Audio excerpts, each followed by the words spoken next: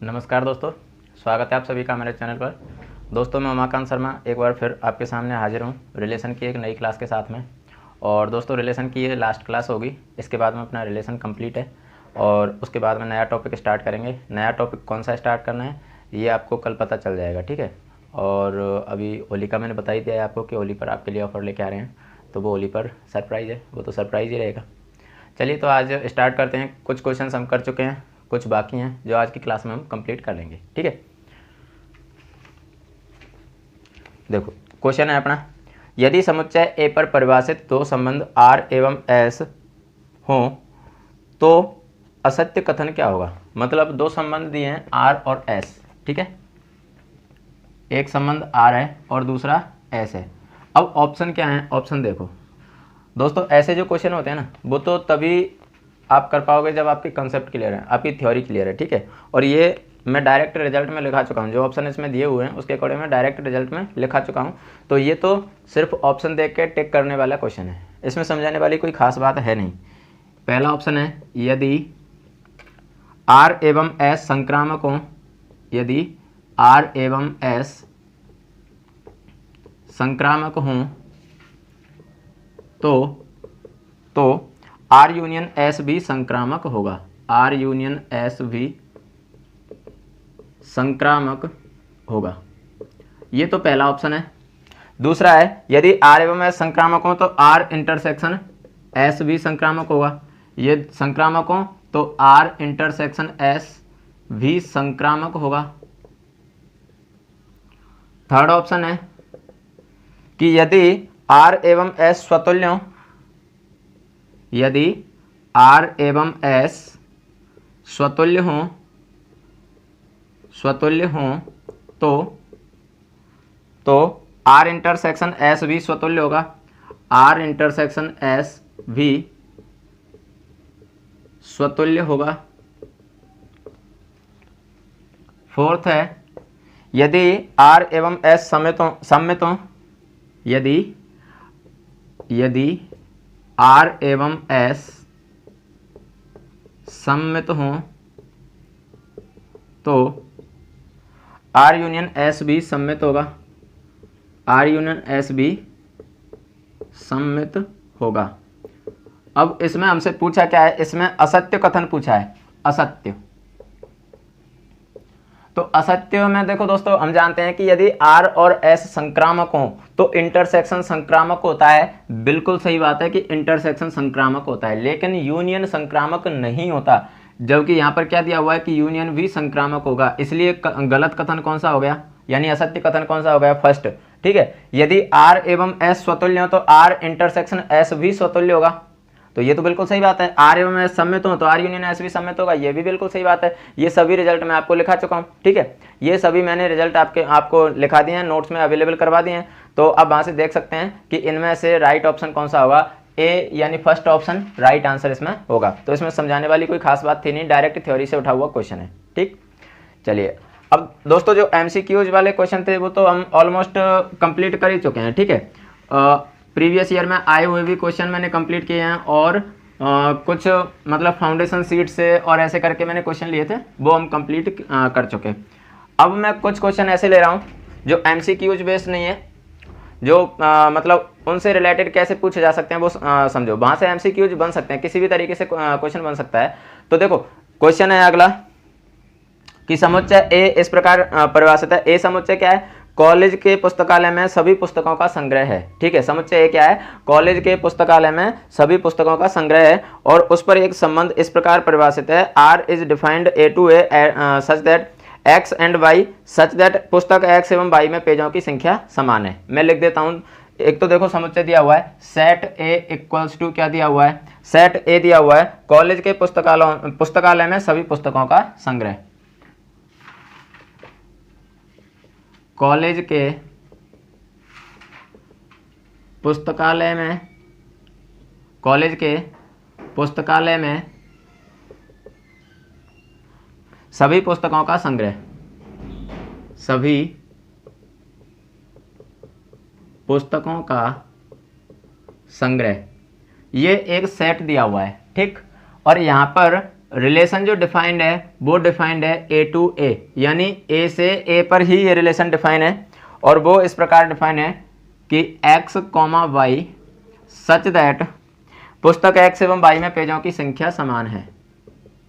पुस्तक x एवं y में पेजों की संख्या समान है। x एवं y में पेजों की संख्या समान है। पेजों की संख्या समान है। अब हमें ये चेक करना है कि इसमें से कौन कौन से संबंध तो इसमें होंगे और कौन कौन से संबंध इसमें नहीं होंगे। ठीक है, तो देखो एक एक से हम बात करेंगे, एक एक से बात करते हैं। सबसे पहले मैं बात करता हूं, जैसे मान लो सबसे पहले मैं बात करूं प्रतिलोम की बात करते हैं। चलो सबसे पहले प्रतिलोम संबंध। ठीक, अब प्रतिलोम संबंध या इनवर्स रिलेशन ये क्या होता है? इनवर्स रिलेशन क्या होता है? इनवर्स रिलेशन है कि यदि ए रिलेटेड टू बी तो फिर बी रिलेटेड टू ए होना चाहिए। यदि ए बी से रिलेटेड है तो बी ए से रिलेटेड होना चाहिए। या ऐसे कह सकते हैं कि यदि देखो ऐसे कह सकते हैं प्रतिलोम संबंध कि यदि ए रिलेटेड टू बी है, इसका मतलब है कि बी रिलेटेड टू ए होना चाहिए। आया समझ में? यदि ए रिलेटेड टू बी है तो बी रिलेटेड टू ए होना चाहिए, लेकिन बी ये कौन सा होगा? इनवर्स में। ठीक है, इनवर्स में। मतलब समझो प्रतिलोम का मतलब वैसे मैं नॉर्मली बता चुका हूं कि जो मतलब पहले ए के अवयव है ना, उनको बी की जगह भेज दो, बी के अवयव को ए की जगह भेज दो। अब इस क्वेश्चन में देखो वो ए के अवयव और बी के अवयव कैसे लेंगे, ऐसे समझो। मैंने लिखा 2,3 और इसको अगर मैं इसका प्रतिलोम लिखना चाहूं तो क्या लिखूंगा? 3,2, यही तो लिखूंगा ना प्रतिलोम। अब ऐसे समझो कि मैंने एक पुस्तक ली x और दूसरी पुस्तक ली y। ठीक है, और ये संबंध किस प्रकार डिफाइन है? ये जो संबंध है वो डिफाइन किस प्रकार है कि पुस्तक x में y के पेजों की संख्या समान है। x में y के पेजों की संख्या कैसी है? समान है। ठीक है, अब x में y के पेजों की संख्या समान है, इसका मतलब है कि क्या मैं इसको ऐसे लिख सकता हूँ कि मैं ऐसे कह सकता हूँ कि क्या y में x के पेजों की y में जो पेजों की संख्या है वो x के समान होगी? बिल्कुल होगी सर। मैंने दो किताब ले ली, मान लो ये दो किताब हो गई, मार करें मेरे हाथ में। ठीक है, लेकिन किताब है ये। हम तो मैथमेटिक्स वाले हैं ना, तो मैथमेटिक्स वाले तो मान लेते हैं। तो इमेजिनरी दीज आर 2 बुक्स। ठीक है, ये दो किताब है, ये किताब x है और ये किताब y है। ठीक है, इस x किताब में मान लो 500 पेज हैं, इसमें 500 पेज हैं और इसमें भी 500 पेज हैं, क्योंकि ये क्या बोल रहा है कि x एवं y में पेजों की संख्या समान है। इसमें 500 पेज हैं और तो इसमें इस वाली किताब में इसके बराबर पेज हैं, यानी 500 ही इसमें है। तो मुझे ये बताओ क्या इसके बराबर इसमें भी होंगे? भाई ऑब्वियसली बराबर सी बात है। अगर x में 500 पेज हैं, x में 500 पेज हैं और y में 500 पेज हैं, इसका मतलब है कि x y से संबंधित है, x y से संबंधित है। तो इसको ऐसे भी तो कह सकते हैं कि y में 500 हैं और x में 500 हैं, मतलब y भी तो x से संबंधित हुआ ना, y भी तो x से संबंधित हुआ। और अगर y x से संबंधित है, इसका मतलब ये स्वतुल्य है, तो इसका मतलब हम कह सकते हैं कि ये संबंध, सॉरी स्वतुल्य में बाई मिस्टेक बोल गया, ये प्रतिलोम संबंध है। तो ये संबंध क्या होगा? प्रतिलोम संबंध होगा, प्रतिलोम संबंध होगा। या हम कह सकते हैं कि ये इनवर्स रिलेशन होगा। समझ में आया? इनवर्स रिलेशन कैसे होगा, समझ में आया? क्योंकि अगर a में यदि या ऐसे कह सकते हैं अगर x में y के बराबर पेज हैं तो y में भी तो x के बराबर ही पेज होंगे, मतलब x y से संबंधित है तो y भी तो x से संबंधित होगा ना। तो ये क्या कहलाएगा? इसका प्रतिलोम संबंध कहलाएगा। ठीक, मतलब ये प्रतिलोम संबंध है। अगले की बात करते हैं हम। अगला संबंध कौन सा है अपना? चलो स्वतुल्य की बात कर लेते हैं। स्वतुल्य संबंध, स्वतुल्य संबंध। और स्वतुल्य संबंध क्या होता है मुझे बताना जरा। स्वतुल्य संबंध क्या होता है? स्वतुल्य का मतलब होता है स्वयं से संबंधित। मान लो मैंने एक बुक ली x और इसमें मान लो पेज हैं 540 पेज हैं इसमें। तो इसमें 540 पेज हैं, तो मुझे ये बताओ कि ये जो किताब x है, क्या इसमें किताब x के ही बराबर पेज होंगे? भाई किसी भी किताब को उठा लो, उसमें उसके खुद के बराबर पेज तो होते ही हैं। किसी भी किताब को उठा लो, खुद के बराबर तो पेज होंगे ही होंगे ना।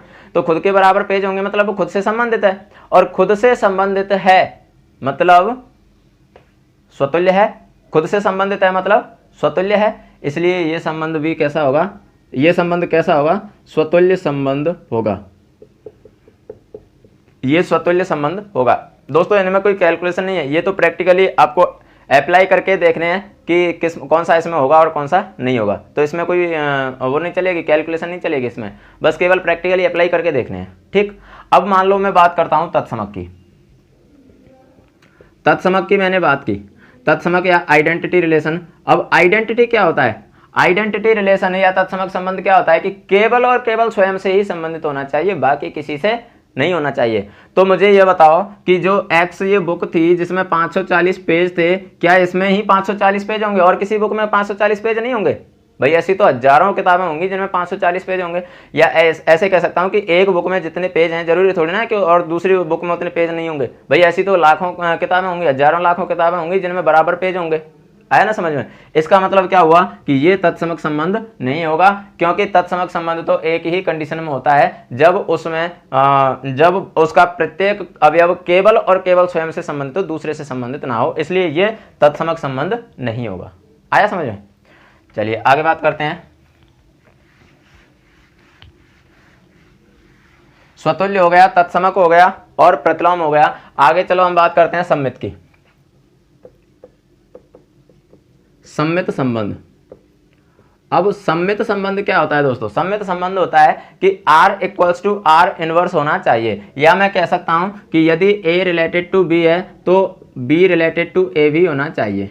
यदि A रिलेटेड टू B है तो B रिलेटेड टू A होना चाहिए, या कह सकते हैं कि यदि R और R इनवर्स ये दोनों बराबर हैं, इसका मतलब होगा कि ये दोनों कैसे होंगे? सम्मित संबंध होंगे। तो अब एक चीज सोचो, मैंने लिखा एक पुस्तक है X और दूसरी पुस्तक है Y, ठीक है? तो इसका सम्मित संबंध मतलब X Y से अगर संबंधित है तो इसका प्रतिलोम क्या हो जाएगा? Y X से संबंधित, तो सॉरी सम्मित क्या हो जाएगा? Y और X, यही तो होगा इसका सम्मित, यही तो होगा ना इसका सम्मित। तो ये इसका सम्मित होगा, या R इनवर्स और R दोनों बराबर हो, तो इसका मतलब देखो बाई एक्स के एक्स में मान लो, फॉर एग्जाम्पल मान लो, मैं मान लेता हूं कि एक्स में कितने पेज हैं? 250 पेज हैं। और बाई में कितने पेज हैं? बाई में भी मान लो 250 पेज हैं। बाई में भी 250 पेज हैं। तो अब ऐसी एक्स में 250, बाई में भी 250 मतलब एक्स बाई से संबंधित है। और यहाँ पर अगर अपन देखें तो बाई भी तो एक्स से संबंधित होगा ना, बाई भी तो एक्स से संबंधित होगा। समझ में आया ना? नहीं आया? और देखो और समझो, सम्मित का या सिमेट्रिक का और समझो। यानी अगर x पुस्तक है और y पुस्तक है, इन दोनों में पेजों की संख्या समान है, इसका मतलब क्या हुआ कि x y से संबंधित है। तो इसका मतलब मैं इसको ऐसे भी तो कह सकता हूं ना कि y में x के बराबर पेज होंगे। यदि x में y के बराबर पेज है तो y में भी तो x के बराबर पेज होंगे। इसका मतलब है कि मैं y रिलेटेड टू x भी तो कह सकता हूं ना। और यहां से हम ये भी कह सकते हैं कि R इक्वल्स टू क्या होगा? R इनवर्स होगा। इसलिए ये सम्मित संबंध भी होगा। जो संबंध हमें ये जो दिया हुआ है, ये संबंध सम्मित भी होगा। ठीक है, ये संबंध सम्मित भी होगा। चलिए अगले की बात करते हैं। अगला संबंध है अपना संक्रामक। और संक्रामक संबंध होगा या नहीं होगा, देखो चेक करते हैं। संक्रामक संबंध क्या होता है? संक्रामक संबंध है, संक्रामक संबंध यदि A रिलेटेड टू B हो और B रिलेटेड टू C हो, तो ऐसी सिचुएशन में A रिलेटेड टू C होना चाहिए। अब समझो इसको, जैसे मान लो मेरे पास 3 पुस्तक हैं। मान लो 11th क्लास की मैथ है मेरे पास, 11th की मैथ है, 12th की मैथ है मेरे पास, और एक मान लो 10th की मैथ है। ठीक है, 3 किताबें मेरे पास, 10th क्लास की मैथ है, 11th की मैथ है और 12th की मैथ है। और यहाँ पर जो संबंध डिफाइन किया है वो कैसे डिफाइन किया है कि पुस्तक x और y में पेजों की संख्या समान है। ठीक है, तो मान लो 11th की मैथ को मैं नाम दे देता हूँ M1, इसको नाम दे देता हूँ M2 और इसको नाम दे देता हूँ मैं M3। तो अब मैंने मान लिया कि M1 संबंधित है M2 से। इसका मतलब क्या हुआ कि M1 में M2 के बराबर पेज हैं। मतलब 10th क्लास की जो बुक है उसमें 11th क्लास की बुक के बराबर ही पेज होंगे। और साथ के साथ में मैंने ये भी बोल दिया कि M2 रिलेटेड है किससे? M3 से। मतलब 11th क्लास की बुक में 12th क्लास की बुक के बराबर पेज होंगे। ऐसे मानो, जैसे मानो इसमें मान लो 280 पेज हैं, 10th क्लास की बुक में 280 पेज हैं, और 10th क्लास की बुक संबंधित किससे है? 11th की से, इसका मतलब 11th क्लास की बुक में भी कितने पेज होंगे 280। और 11th क्लास की संबंधित कैसे है 12th की से, तो 12th की में भी कितने पेज होंगे 280। तो इसका मतलब है कि जब 10th में भी 280 12th में भी 280, इसका मतलब है कि 10th भी तो 12th से रिलेटेड होगा ना। इसका मतलब है कि यहां से जब M1 M2 से रिलेटेड है, M2 M3 से रिलेटेड है, इसका मतलब होगा कि M1 M3 से भी तो रिलेटेड होगा ना। इसका मतलब ये संक्रामक होगा। यदि एक पुस्तक दूसरी के बराबर पेज है, दूसरी में तीसरी के बराबर पेज है, तो पहली में भी तो तीसरी के बराबर पेज होंगे ना। तो इसका मतलब है कि ये संबंध संक्रामक संबंध भी होगा। आया समझ में, ये संबंध संक्रामक संबंध भी होगा। चलिए अगला क्वेश्चन लेते हैं, सॉरी अगला संबंध, ठीक है। अगला संबंध हम लेते हैं, चलो प्रतिसम्मित ले लेते हैं। प्रतिसम्मित यानी एंटी सिमेट्रिक। अब देखो एंटी सिमेट्रिक संबंध क्या कहता है, वो ये कहता है कि यदि A रिलेटेड टू B हो और B रिलेटेड टू A हो, तो ऐसी सिचुएशन में A इक्वल्स टू B होना ही चाहिए। यदि A रिलेटेड टू B है, B रिलेटेड टू A है, तो A तुझे B के बराबर होना ही पड़ेगा अगर प्रतिसम्मित संबंध हुआ तो। आया समझ में।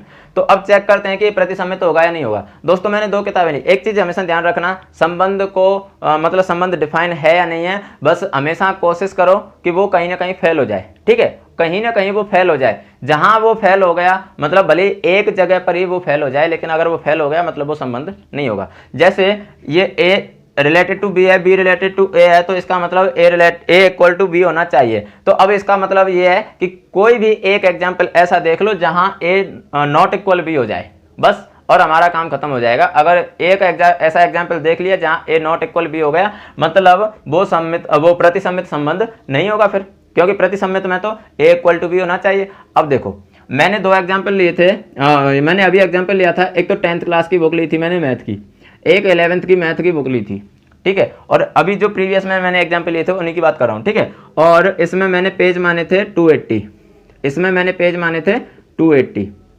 अब दोनों में पेजों की संख्या समान है, और यहाँ पर रिलेशन जो डिफाइन है वो ऐसे ही है कि दोनों में पेजों की संख्या समान है। इसका मतलब होगा कि जैसे इसको मैंने M1 नाम दिया था, इसको M2 नाम दिया था, तो इसका मतलब होगा कि M1 रिलेटेड किससे है M2 से, और इसी तरह से B रिलेटेड टू A मतलब M2 रिलेटेड किससे है, M2 रिलेटेड किससे है M1 से, M1 M2 से रिलेटेड है और M2 M1 से रिलेटेड है। तो यहां से मुझे एक चीज बताओ, क्या 11th की बुक और 10th की बुक दोनों बराबर होंगी क्या? नहीं सर, बिल्कुल नहीं। पेजों की संख्या बराबर होने से बुक बराबर थोड़ी ना हो जाएगी। पेजों की संख्या बराबर होने से बुक बराबर थोड़ी ना हो जाएगी। 11th की 11th क्लास के लिए रहेगी, 10th की 10th क्लास के लिए रहेगी, इसलिए बुक बराबर नहीं होगी, मतलब ये संबंध प्रतिसम्मित संबंध नहीं होगा। आया समझ में? ये संबंध प्रतिसम्मित संबंध नहीं होगा। समझ में आया ना? कोई भी एग्जाम्पल लेके देख सकते हो, कोई भी एग्जाम्पल लेके देख सकते हो, जरूरी नहीं है कि वो प्रतिसम्मित संबंध हो जाए, ठीक है। चलिए आगे बात करते हैं हम असम्मित संबंध की।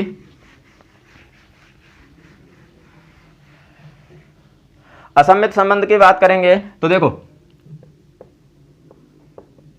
असम्मित संबंध यानी असिमेट्रिक रिलेशन। अब एसिमेट्रिक रिलेशन या असम्मित संबंध क्या होता है? असम्मित संबंध क्या होता है कि यदि A रिलेटेड टू B है तो ऐसी सिचुएशन में B रिलेटेड टू A नहीं होना चाहिए। लेकिन हम इतने सारे एग्जांपल देख चुके हैं, अगर इस सिचुएशन में, इस संबंध में अगर A रिलेटेड टू B है तो B को भी A से रिलेटेड होना ही पड़ेगा, होना पड़ेगा। कैसे? जैसे देखो जो एग्जाम्पल अभी तक अपन लेते आए हैं उसी को ले लेते हैं। चलो, एक 10th की बुक और एक 11th की बुक। 10th की बुक को नाम दिया था मैंने M1, 11th की को नाम दिया था M2। इसमें पेज थे 280, इसमें भी पेज थे 280। भाई इनको ऐसे मत समझना कि ये कहीं क्वेश्चन में दिए हुए हैं, ये मैंने रैंडमली मान लिया समझाने के लिए, ठीक है। M1 M2 जो नाम दिए हैं, 280 पेज दिए हैं, ये सब मैंने समझाने की दृष्टि से मान लिया, ऐसा कुछ नहीं है, ठीक है। तुम जो तुम्हारा मन करे वो मान सकते हो, कोई दिक्कत नहीं है। तो अब देखो 10th क्लास की जो बुक थी उसमें 280 पेज थे, 11th की में 280 पेज थे। इसका मतलब हुआ कि 10th क्लास की जो बुक थी M1 वो किससे रिलेटेड है? M2 से। लेकिन अब इसका उल्टा सोचो कि 11th की में कितने पेज हैं? 280, और M2 इसको नाम दिया है, और 10th की में भी कितने पेज हैं 280, इसको M1 नाम दिया है। तो मैं ऐसे भी तो कह सकता हूँ कि M2 रिलेटेड है M1 से, कह सकता हूँ ना, जबकि यहाँ तो ये कह रहा है कि अगर A रिलेटेड टू B है तो B रिलेटेड टू A नहीं होना चाहिए, जबकि ये तो हो रहा है। इसका मतलब ये असम्मित संबंध नहीं होगा। आया समझ में, ये असम्मित संबंध नहीं होगा। तो ये कुछ मैंने प्रकार देखे थे दोस्तों जो संबंध के थे, और संबंध हमारा किस प्रकार डिफाइन है वो हमने यहाँ पर देखा था। और इसी के साथ में हमारी क्वेश्चन सीरीज है वो होती है खत्म, क्योंकि मैंने एक क्वेश्चन लेके और ये सारी चीज़ें मैंने समझा दी हैं। और भी बहुत सारे एग्जांपल्स बनते हैं दोस्तों, एग्जांपल्स अगर करते रहे ना तो कितने भी कर सकते हैं, वो फिर आपकी प्रैक्टिस के ऊपर डिपेंड करता है। लेकिन मैंने हर कंसेप्ट को छूने की कोशिश की है, ठीक है। और रिलेशन अपना टॉपिक अब कंप्लीट हो चुका है। आज शाम को मैं टेलीग्राम पर और व्हाट्सएप पर दोनों जगह पर मैं नोट्स अवेलेबल करवा दूंगा, ठीक है। तो ये रिलेशन तो कंप्लीट हो चुका है दोस्तों। अब आप सजेस्ट कीजिए कि अगला टॉपिक कौन सा स्टार्ट किया जाए। बाकी फिर वो तो मैं बता ही चुका हूँ, होली का ऑफर तो आएगा आपके लिए, ठीक है। तो धन्यवाद दोस्तों, और अपनी तैयारी को मजबूत बनाए रखिए, और अपने दोस्तों में शेयर कीजिए अगर कुछ नया मिल रहा है तो। Thanks for watching our video, thank you.